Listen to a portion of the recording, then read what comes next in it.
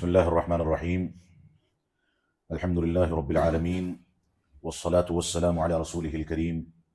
محمد وعلی آلہ واصحابہ اجمعین اما بعد قال النبی صلی اللہ علیہ وسلم من عمل عملا لیس علیہ امرنا فہو رد۔ محترم سامعین کرام، صلاۃ فجر کا یہ بابرکت وقت جو عموماً مسلم معاشرے میں سب سے زیادہ مظلوم وقت ہے، اور اس وقت میں رب کائنات کو یاد نہ کرنے والے عموماً ظلم اور اپنے نفس کے ساتھ کھلواڑ کا شکار ہوتے ہیں۔ یہ اللہ رب العالمین کا فضل و کرم ہے کہ اللہ رب العالمین کی رضامندی کے لیے ہم اللہ کے گھروں میں سے ایک گھر میں جمع ہوئے ہیں۔ یہ اللہ رب العالمین کا کرم ہے کہ اس نے یہ توفیق عطا فرمائی کہ اس مبارک اور بابرکت وقت میں رب کائنات کے دین کی کچھ باتیں یہاں سننے سنانے کا موقع دیا گیا ہے۔ اللہ رب العالمین اس کو قبول فرمائے۔ ہم اسلامی تاریخ کے جن ایام سے گزر رہے ہیں وہ شعبان کا مہینہ ہے۔ رمضان کے استقبال کی تیاریاں شروع ہو چکی ہیں۔ شعبان کا ایک عشرہ تقریباً گزر چکا، اور قریب ہی ایک آدھ روز کے اندر شعبان کے وہ ایام بھی شروع ہونے والے ہیں جن ایام کو مسلمان بدعات و خرافات کی نظر کر دیتے ہیں۔ میں نے جو روایت آپ کے سامنے پڑھی ہے اس میں رسول اکرم صلی اللہ علیہ وسلم ارشاد فرماتے ہیں من عمل عملا لیس علیہ امرنا فہو رد۔ جس نے کوئی ایسا عمل انجام دیا جس عمل پر ہماری دلیل اور ہمارا حکم موجود نہیں ہے، فہو رد، تو ایسی صورت میں وہ عمل مردود ہے، ناقابل قبول ہے، اللہ رب العالمین اس کو قبول نہیں فرمائے گا۔ یہ بدعت جو ہے بدقسمتی سے مسلم معاشرے میں اور مسلمانوں کی زندگیوں میں اس طریقے سے داخل ہوتی چلی جا رہی ہے کہ انسان تصور بھی نہیں کرتا کہ کون سی چیز میں وہ دین کے نام پر کسی عمل کو انجام دیتا ہے، اور وہ عمل ثواب کی نیت سے انجام دیا جاتا ہے، لیکن اس کے باوجود انسان اللہ رب العالمین کے عذاب کو دعوت دیتا ہے۔ اسلاف امت لکھتے ہیں، اور بہت سارے علماء نے اس بات کا تذکرہ کیا ہے کہ بدعت کا سب سے بڑا نقصان ایک یہ بھی ہے، بہت سارے نقصانات میں سے ایک بڑا نقصان یہ بھی ہے کہ جب بھی بدعت وجود میں آتی ہے اور بدعت کو انجام دیا جاتا ہے تو اللہ رب العالمین کسی سنت کو مٹا دیتا ہے۔ انسان اگر سنت پر عمل پیرا ہوگا، سنت کی غیرت اس کے اندر موجود ہوگی،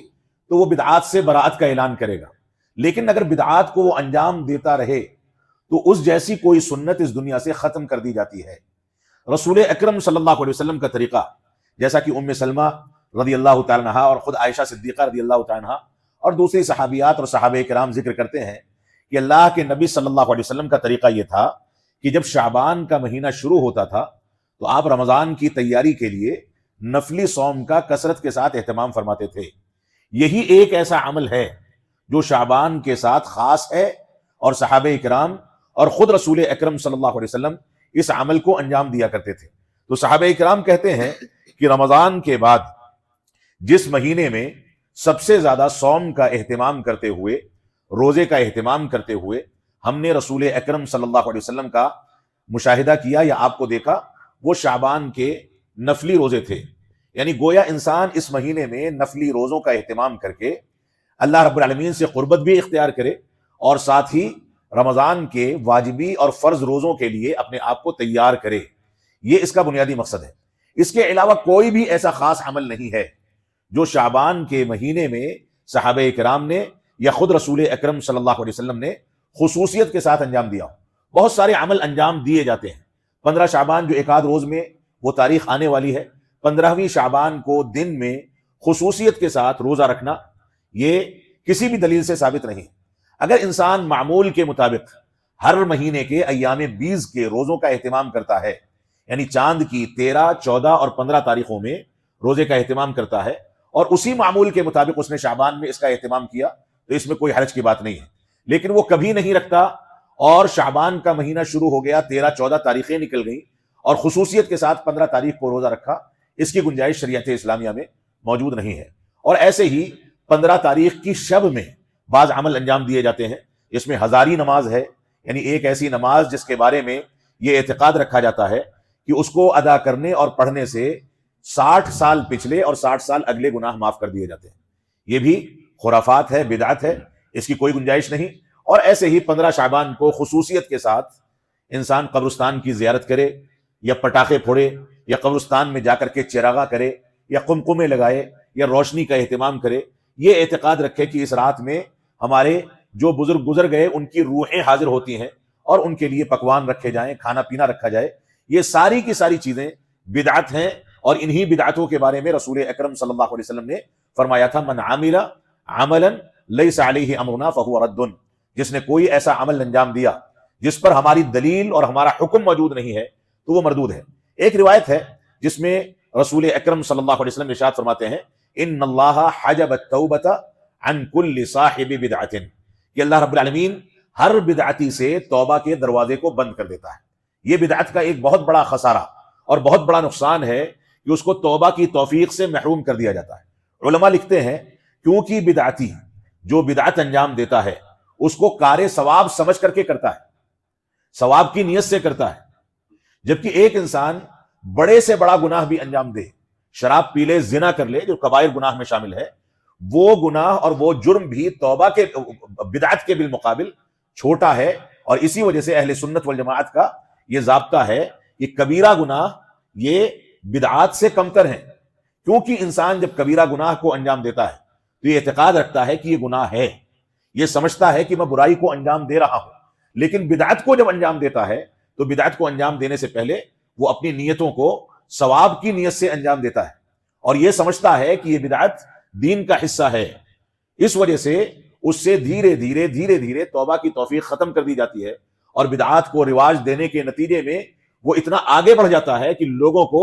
اس کی تلقین کرتا ہے، اس کی دعوت دیتا ہے، اور اس کی دعوت کے نتیجے میں جب لوگ بدعت کرنے لگتے ہیں تو بدعت کا دائرہ اتنا وسیع ہو جاتا ہے کہ اب توبہ کے امکانات کم ہوتے چلے جاتے ہیں، اور اس کے دیکھا دیکھی یا اس کی دعوت پر جب لوگ بدعت کو انجام دیتے ہیں تو بدعت ناسور کی شکل اختیار کر لیتی ہے۔ اس وجہ سے ہماری یہ ذمہ داری ہے کہ بدعات و خرافات سے اپنے آپ کو محفوظ رکھیں۔ امام مالک رحمۃ اللہ علیہ فرماتے ہیں، من ابتدع فی الاسلام بدعۃ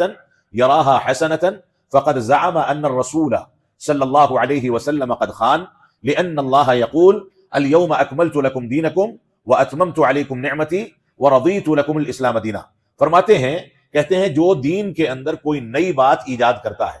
کوئی بدعت انجام دیتا ہے، یراہا حسنۃ، اور اس کو نیکی سمجھ کر کے انجام دیتا ہے، فقد زعم ان الرسول صلی اللہ علیہ وسلم قد خان، تو نعوذ باللہ وہ یہ اعتقاد رکھتا ہے کہ اللہ کے نبی صلی اللہ علیہ وسلم نے نعوذ باللہ خیانت سے کام لیا ہے۔ کیونکہ اللہ رب العالمین کا فرمان ہے، الیوم اکملت لکم دینکم، ہم نے آج تمہارے لیے تمہارے دین کو مکمل کر دیا، واتممت علیکم نعمتی، اور تمہارے اوپر اپنی نعمت یعنی نعمت ایمان و اسلام کو مکمل کر دیا، ورضیت لکم الاسلام دینا، اور دین اسلام کو تمہارے لیے پسندیدہ دین قرار دیا۔ تو یہ آیت کریمہ جب نازل ہوئی تو اس وقت دین مکمل ہو گیا۔ اس آیت کریمہ کے نزول کے بعد کوئی شخص دین کے نام پر کوئی نئی بات ایجاد کرتا ہے تو گویا یہ اتہام لگاتا ہے کہ یہ دین کا حصہ ہے، لیکن اس کے باوجود رسول اکرم صلی اللہ علیہ وسلم نے اس کو ہم تک نہیں پہنچایا اور خیانت کر لی۔ لہذا بدعت جو ہے یہ انسان کو کئی ناحیوں سے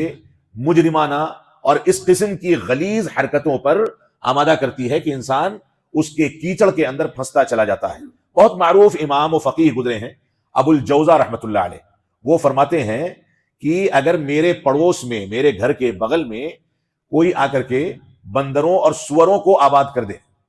بندر اور سور آباد کر دے، تو میں اس بات کو پسند کر لوں گا، اس بات کو گوارا کر لوں گا، لیکن کوئی شخص میرے گھر کے پڑوس میں کسی بدعتی کو لا کر کے آباد کر دے تو میں اس بات کو گوارا نہیں کروں گا، کیونکہ بدعتی کے ساتھ اٹھنا بیٹھنا، اس کا پڑوس اختیار کرنا، اس سے محبت و الفت کرنا، اس کی وجہ سے ہماری سنت اور ہمارا دین متاثر ہوتا ہے۔ اور یہی وجہ ہے کہ علماء نے اس بات کا اجماع ذکر کیا ہے، صراحت کے ساتھ اس بات کا ذکر کیا ہے کہ صحابہ کرام، تابعین، تبع تابعین اور علماء سنت کا اس بات پر اجماع اور اتفاق ہے کہ اہل بدعت سے عداوت اور ان کی مہاجرت یعنی ان کا بائیکاٹ، یہ اہل سنت والجماعت کا متفقہ فیصلہ ہے۔ یعنی اہل بدعت سے انسان براءت کا اعلان کرے، ان سے عداوت کا اعلان کرے، یہ انسان کی ذمہ داری ہے۔ بدعت کی بہت ساری خرابیاں ہیں جو قرآن و سنت کی روشنی میں ہم دیکھ سکتے ہیں سب سے بڑی خرابی، اس سے بڑی خرابی کیا ہوگی کہ قیامت کے دن جب انسان کوثر پر پانی پینے کے لیے رسول اکرم صلی اللہ علیہ وسلم کے دستے مبارک سے مشرف ہونے کے لیے حاضری کے لیے آگے آئے گا، تو مسلمانوں کی ایک ٹولی کو روک دیا جائے گا، ایک بڑی جماعت کو روک دیا جائے گا، جبکہ وہ امت محمدیہ کے افراد ہوں گے۔ اللہ کے نبی صلی اللہ علیہ وسلم کے لیے یہ خوبی رکھی گئی کہ آپ اپنے امتیوں کو پہچان لیں گے، ان کے اعضائے وضو چمک رہے ہوں گے۔ تو اللہ کے نبی صلی اللہ علیہ وسلم فرشتوں سے سوال کریں گے کہ ان لوگوں کو کیوں روک دیا گیا، یہ تو میرے امتی ہیں۔ تو فرشتے جواب دیں گے کہ آپ کو اس بات کی اطلاع نہیں ہے، یہ خبر نہیں ہے کہ ان لوگوں نے آپ کے بعد دین میں دین کے نام پر نئی باتوں کو ایجاد کر لیا تھا۔ تو اللہ کے نبی صلی اللہ علیہ وسلم فرمائیں گے سحقن سحقن لمن غیر بعدی، ان لوگوں کو مجھ سے دور کر دیا جائے جنہوں نے میرے بعد دین کے اندر تبدیلی پیدا کر دی۔ یہ بہت بڑا خسارہ ہے کہ انسان آخرت میں اتنی عظیم نعمت سے اور رسول اکرم صلی اللہ علیہ وسلم کی معیت سے محروم کر دیا جائے گا اسی بدعت کے نتیجے میں۔ لہٰذا یہ بدعت چاہے شعبان کے مہینے میں انجام دی جانے والی بدعتیں ہوں،